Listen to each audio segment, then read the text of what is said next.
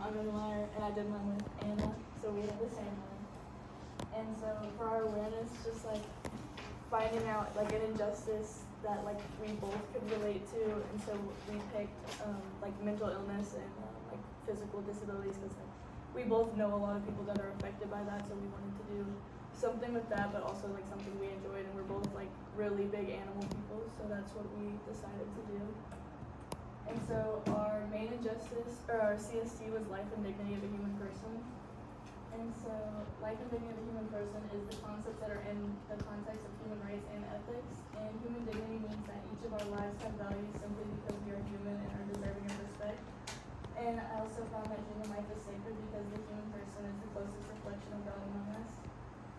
And then some examples that I found were like donating to the homeless, feeding the hungry, and providing survival rights to those who need it. Survival rights is just like things that people need to live, like food, water, shelter. And then I had examples of like places that you could go to volunteer like under these categories. So I found Coalition for the Homeless and the Franciscan Kitchen are like both two organizations like near to us that people can volunteer for that fall under the life and dignity of the human person. So a Bible scripture that fits with this is Genesis 1:26. That's God created man and woman in his image. And I said that this connects to the theme of life and dignity of a human person because everyone was made in God's image and deserves to be treated that way. And then some quotes that I found a popular quote by Eleanor Roosevelt that says, "All human beings are born free and equal in dignity and rights." And I picked that one just because like I feel like mental illness and like physical disabilities aren't really looked at as like common as like racial injustice and that kind of things. So that's why I picked that one. And then I also picked the one by Pope John Paul II that says, "Respect for life and dignity of the human person also extends to the rest of creation, which is called to join man in praising God." And so I picked that one because it extends it like outside of humans to like other things created by God, which kind of relates to like the animals that we have in our service project. So the teaching of the life and dignity of a human person affects everybody, and our project focuses on the people who are dealing with disabilities, and that's like physical disabilities and like mental health disabilities. And then just some like statistics that I found is about 650 million people have disabilities, which is around 10% of the world population.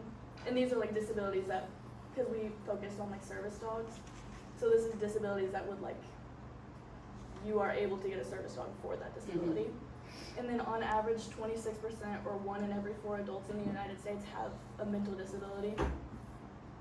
And so I just put those because those kind of relate to like why we're doing what we're doing for our project.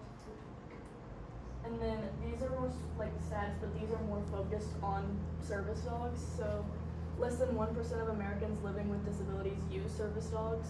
So like a lot of people don't even know that they can like qualify for having a service animal.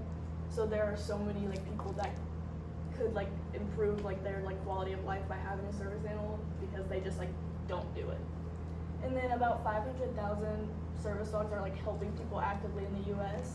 And then it takes around 1 to 2 years to train a service dog fully to be able to like be a companion for someone. And so we worked with Paws of Purpose, and it's an organization that helps to train service dogs, and they also like get them like normalized to like being around people, and then they get them like assigned to people that are in need of service dogs. They're based in Linden, Kentucky, and they focus on like helping those people that have the health issues and like getting them matched with a dog that will like benefit them. And so for the analysis, just like finding out like what we could do to help the organization and like help them like become a bigger organization and like be able to help more people. And so this is my awareness map. And so our main point was like the injustice that people suffer from mental illness and don't have access to service animals. And then it just goes off into separate branches, and this was just kind of us trying to figure out like what we wanted to do to help this organization. So we focused more on the top 3, and so we focused like mainly on the middle one of training service dogs for the different needs.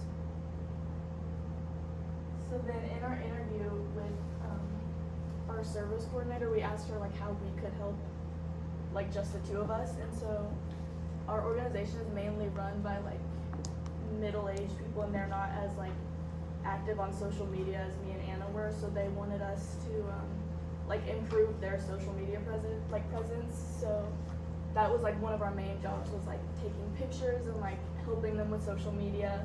And then they also wanted us to help with the training sessions and like do the training sessions with them. So we decided that we would help advertise the organization and then volunteer for their training sessions. So for our action plan, we just came up with like a bunch of different ways we could help them and like just make them like a more like well-known organization. Since they're like based in Linden, Kentucky, it's like not as popular around here as like some of the other organizations. So our project goals were to help during training sessions, to make social media posts, advertise the organization to our surrounding community, and then help with the yearly event, because they have their own event. So they didn't need us to host our own, so we just helped with theirs. So we didn't have to pay for any like materials or finances on our part. So we just kind of helped out with the one that they already had. So for our timeline, in August was when we first matched with the organization. On their website they have like an email, so we emailed them asking if they would want our help for our senior service project, and then so they said yes. So then in September we created a plan for the year and sent it to them, and they gave us the okay on everything. And then October was when we started the on-site hours, which was when we would do our training sessions with the dogs. And then in December and January we kept doing the training sessions. We began posting on social media, on our stories, and making different posts. And then February was when they held their event that we helped with, and then March is the presentation. So for our social action, we began making posters and flyers that we were gonna put around. And we are gonna put some around the school. We have different ones for getting service hours for people. And then we have different ones that we were gonna put around neighborhoods and our community, because especially where me and Anna live, there's a lot of people with dogs. So we thought putting it around there would help. So we designed posters. We designed 4 different posters that we're gonna put around. And then for social media, that's just a picture of when we posted on our story for the trivia night, which was their yearly event that we helped with. And then we've also been helping to get other people's service hours and get other people involved with the organization. I know I already have someone that wants to do this for their senior service next year, and people that are gonna go here for service hours.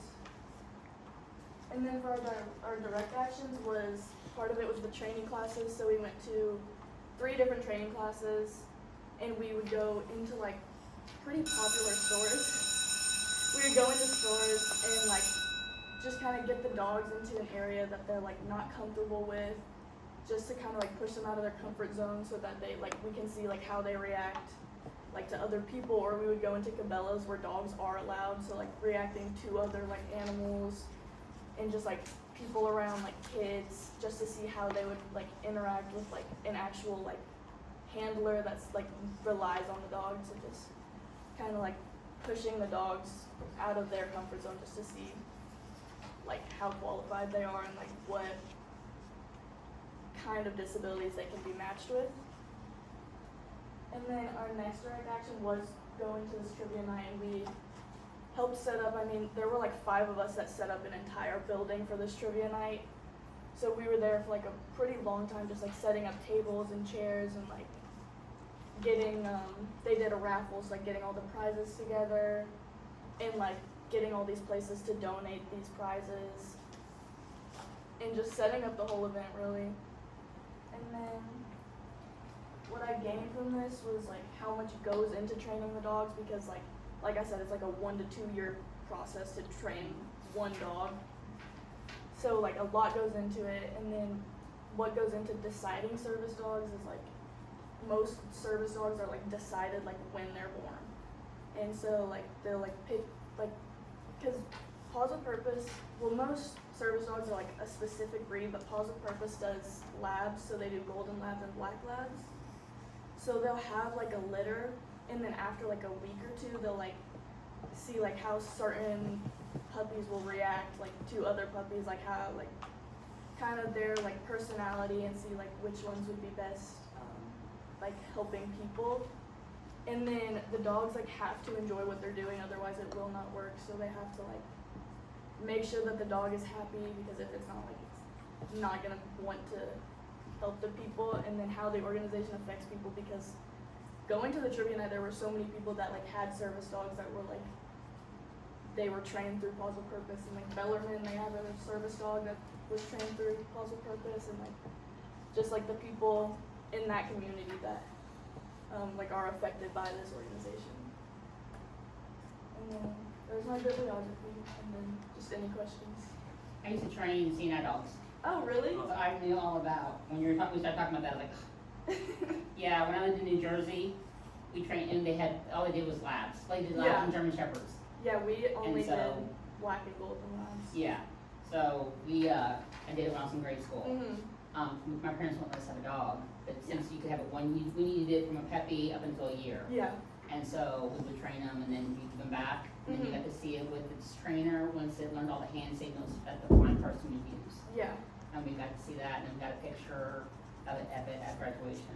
Yeah. But it was awful just trying to give the dog after a year, but. I know, and we were only with it for like a couple weeks. Yeah. But yeah, it was interview? great. Did you have an interview? Yeah. Yeah, it was, hang on, I'll go back to it. We Was it- didn't, Was it a video interview? no, I just kind of wrote down, it was this where we like asked like how we could help and like what they needed us Okay. to do. Okay. We did that at the first training session we went to. Okay. Can I see that map again that you had? The full one? And then you zoomed in on it, right? Yeah, the top one. Okay, cool. Awesome. Let's see.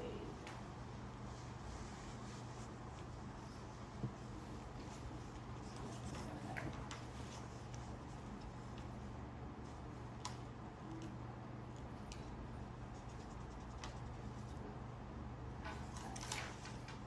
I'm good.